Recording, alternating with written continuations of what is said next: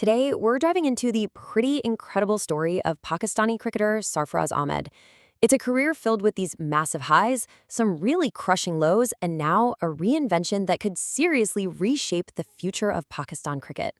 So let's kick things off with a phrase that honestly captures his whole journey. One analyst used this line to describe Sarfaraz, and it just fits perfectly, doesn't it?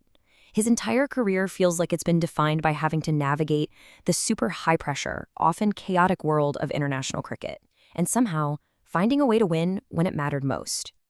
So to really get where he's going, we've got to look back at where he's been. And for a while there, Sarfaraz Ahmed was right on top of the cricketing world. He cemented himself as one of Pakistan's most successful captains ever. Now check this out, because there's a wild pattern here.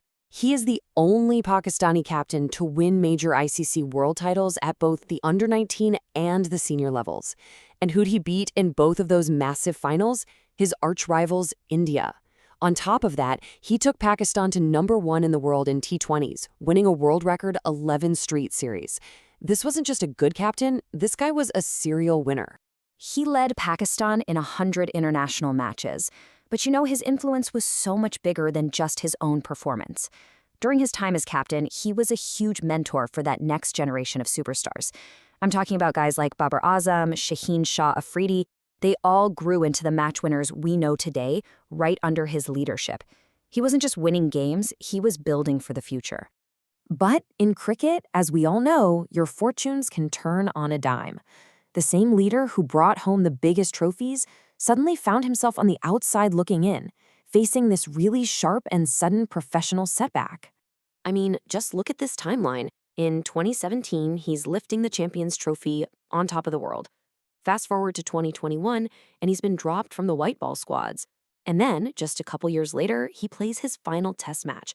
The drop from that incredible peak was just so fast.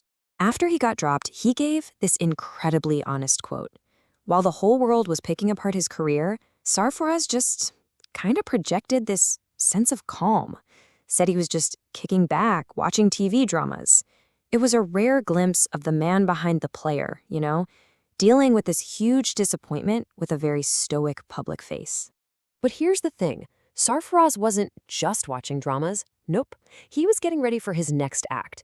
He started to channel all of that experience, the wins, the losses, all the pressure, into coaching. And this is where his leadership philosophy really started to shine. And would you look at that immediate impact? As a coach, he leads the U19s to an Asia Cup title. And in this moment of what feels like destiny, who was the final against? Yep, India. Again. He proved right away that he could win trophies from the dugout just as effectively as he could from behind the wickets. After that big win, Sarfaraz gave us all a peek into his coaching style. He was all about discipline and sportsmanship, especially when he felt his team was being provoked. For him, it wasn't just about winning, it was about winning the right way. And you can see that philosophy laid out so clearly here.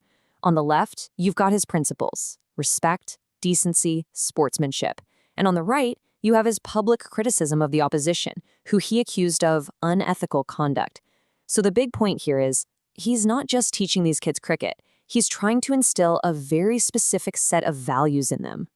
So all this success as a mentor really set the stage for the biggest news of all: a formal end to one part of his career and the immediate beginning of a new one right at the very top of Pakistan cricket.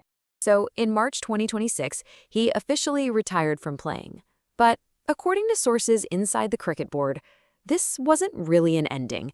It was more of a strategic move, a necessary formality to free him up for his next big challenge without any conflicts of interest. And that next challenge is absolutely massive. He's been named the new head coach of the Pakistan Test team, and that's on top of his job as a national selector and his mentorship role with the junior squads. I mean, think about it.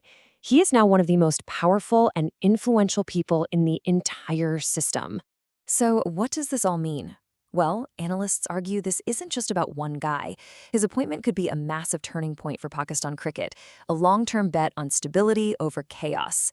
Let's break down what that really means. This slide gets right to the heart of the problem. If you look at Pakistan's history, it's often been a bit of a revolving door for coaches, right? Short-term gigs, lots of interference.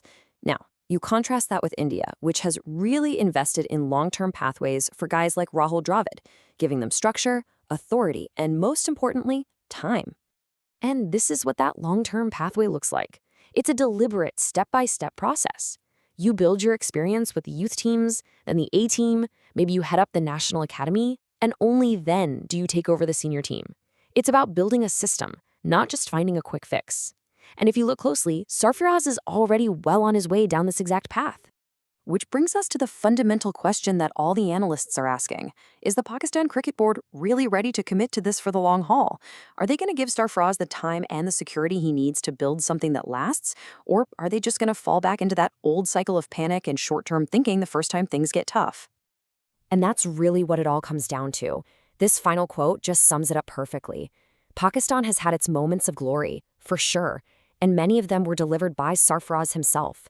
But this bet on him as a long-term coach, that's a bet on building a dynasty. The only question is, will the system let him?